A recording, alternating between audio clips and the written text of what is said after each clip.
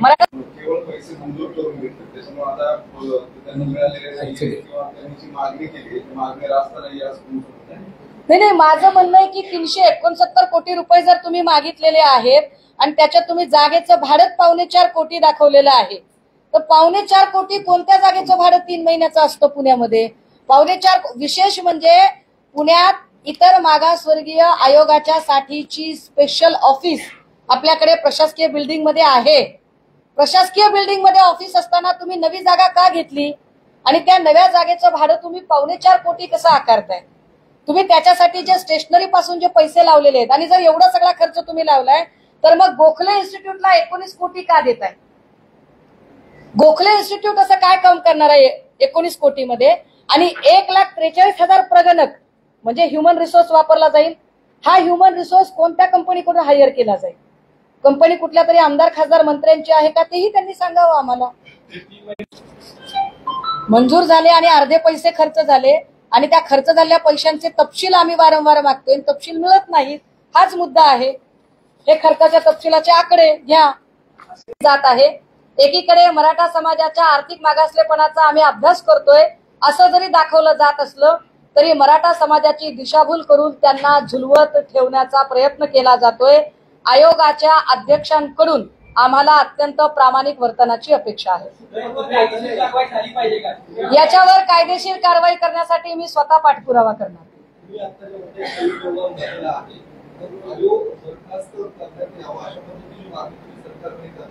नाही, आयोग बरखास्त व्हावा असं मी अजिबात म्हणणार नाही. आयोगावरची व्यक्ती बदलली जावी असं मी नक्की म्हणतो. जिल्हा मेडिकल बोर्डाचा अहवाल आला मंगेशकर केसमधला, तर फैसास आणि डॉक्टर फैसास आणि मंगेशकर हॉस्पिटलवर फार काही रिकमेंडेशन दिलेले नाहीत किंवा त्यांची काही चूक आहे असं त्या अहवालात म्हटलेलं नाही. ससूनने दिलेली क्लीन चिट म्हणजे उंदराने मांजराची साक्ष काढणं आहे. ज्या ससूनमध्येच अनेक गैरव्यवहार आहेत आणि गैरव्यवहाराचे आरोप आहेत आणि ससून मधल्या गैरव्यवहाराच्या आरोपांची चौकशी करण्यासाठी जी समिती नेमली त्या समितीमध्ये ज्या महिला डॉक्टर आल्या त्या महिला डॉक्टरांवरही अनेक आरोप आहेत. हे आपण याच्या आधी बघितलेलं आहे. अशा ससूनने सुश्रुत घैसास यांना क्लीन चिट देणं याच्यात नवल ते काय? हे शासन कशा पद्धतीने आरोपींना संरक्षण देतं हे आपण म्हणजे कॉमन मॅन. डीसीएम म्हणजे डेडिकेटेड कॉमन मॅन. हे फक्त जाहिरातीसाठी वापरले जाणारे ग्लॅमरस आणि ग्लोरियस शब्द आहेत. वस्तुतः इथे कॉमन मॅनच्या आयुष्याची काहीच किंमत नाही. कारण पहिल्या दिवशी अमित गोरखेंनी केलेलं जे स्टेटमेंट होतं तावातावात त्या स्टेटमेंट वरून आता ते स्वतःच 360 डिग्री मध्ये फिरताना दिसत आहेत. आता ते त्यावर काहीही बोलत नाहीयेत. शासन प्रशासनाचा तेवढा दबाव असेल त्यांच्यावर. याच प्रकरणामध्ये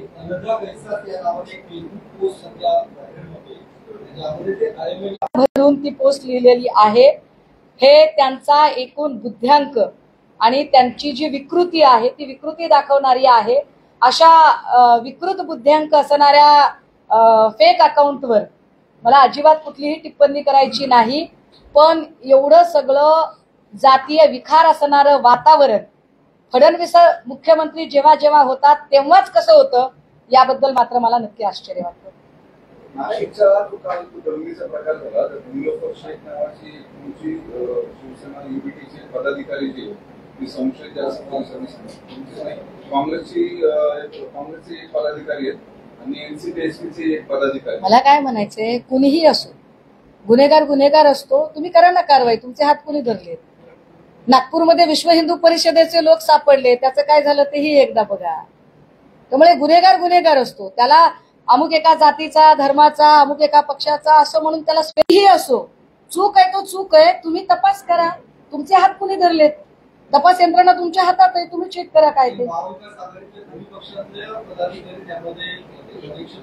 अरे कुणी असलं तर तुम्ही चौकशी करा ना. चौकशीला हात कुणी धरलेले आहेत?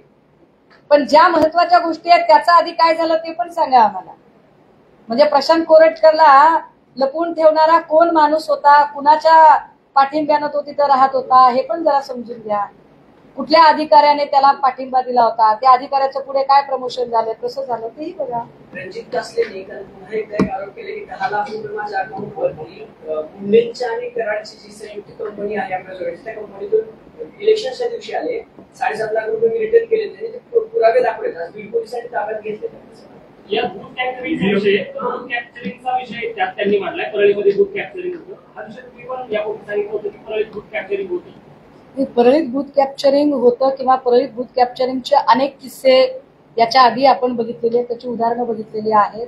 मात्र रणजित कासलेंच्या म्हणण्यावर आपण किती विश्वास ठेवायचा? मला वाटतं त्याला ती चौकशी करणं, तपास करणं, कारण त्यावर आपण आत्ता घाईघाईने व्यक्त होणं हे फार इमॅच्युअर असेल. कारण कासलेंनी आतापर्यंत अशा अनेक गोष्टी आणि नंतर घुमजाव केलेला आहे. एका अत्यंत प्रतिष्ठित चॅनलच्या एका वृत्तनिवेदकाचं नाव घेऊनही त्याने विचित्र पद्धतीचे आरोप केले होते, जे वाईट आहे आणि त्याला कोणीही अशा पद्धतीने एक्सक्यूज करू शकणार नाही. मात्र तरी सुद्धा जर वाटतंय की याच्या बोलण्यात काही तथ्य आहे तर ते तपास अधिकाऱ्यांनी तपासावं. मूळ मुद्दा हा आहे की पालकमंत्री बदलल्यानंतर सुद्धा आणि उपमुख्यमंत्रीच पालकमंत्री झाल्यानंतर सुद्धा बीडचं सामाजिक स्वास्थ्य काही सुधारत नाहीये. हा खऱ्या चिंतेचा प्रश्न. एकनाथ शिंदेने व्हिडिओ दाखवला होता की त्यामध्ये सगळ्यांचा जो व्हिडिओ आहे तुम्ही शिवसेनेची काँग्रेस होऊ देणार नाही. ते सगळे अर्ध्यापेक्षा जास्त काँग्रेसचेच लोक आहेत ना. त्यामुळे तुम्ही असं काय केलं? तुम्ही काँग्रेस मुक्त भारत करायला निघालात, महाराष्ट्र करायला निघालात, पण काँग्रेस युक्त शिवसेना आणि काँग्रेस युक्त भाजपा तयार झाली ना. त्याचं काय करायचं? बीडमध्ये ना एका महिला वकिलांनी पिटिशन दाखल केल्या होत्या. अजूनही तिला मला तेच म्हणायचंय की अजूनही पालकमंत्री बदलले, उपमुख्यमंत्रीच पालकमंत्री झाले, तरीही बीडचं सामाजिक स्वास्थ्य का सुधारत नाही? अजूनही तिथल्या लोकांना वचक बसत नाही. याचा अर्थ या सगळ्या बोलायच्या गोष्टी केलेल्या आहेत का? अजूनही बीड मधल्या पोलिसांना त्याचं गांभीर्य येत नाहीये का? बीडमध्ये म्हणजे माझ्यासारखा माणूस तो वैतागून आता बीडला जाणच नको इतक्यापर्यंत स्थिती निर्माण करून ठेवली. ही कुणी स्थिती केली आहे? राज्यकर्त्यांनी त्याची उत्तरं दिली पाहिजे. पालकमंत्र्यांकडून अपेक्षा आहे. म्हणणं मांडत असेल तर मी त्याच्यावर कसं काय बोलू शकतो? त्या व्यक्तीने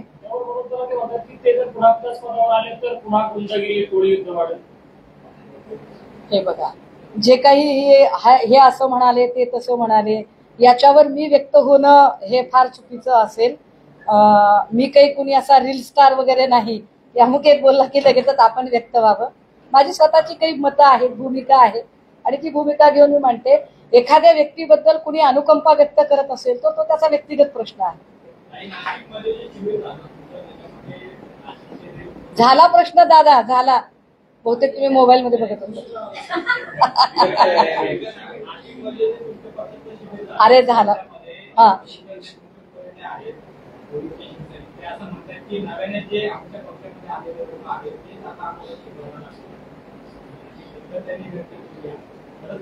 पण नाशिकच्या शिबिरात बोललेले सगळे आमचे जुने जाणते सगळे नेते बोललेले आहेत. अरविंदभाई सावंत असतील, खैरे साहेब असतील, हे सगळे, किंवा राजन विचारे साहेब असतील, संजय राऊतजी असतील, हे सगळे आमचे जुने नेते आहेत ना. नवीन कोण होतं त्याच्यात?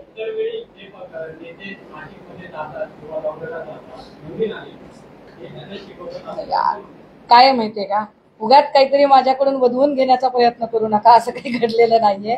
त्यामुळे उगाच काहीतरी असं काय म्हणतात कंडी पिकवणे हा काही प्रकार बरोबर नाहीये.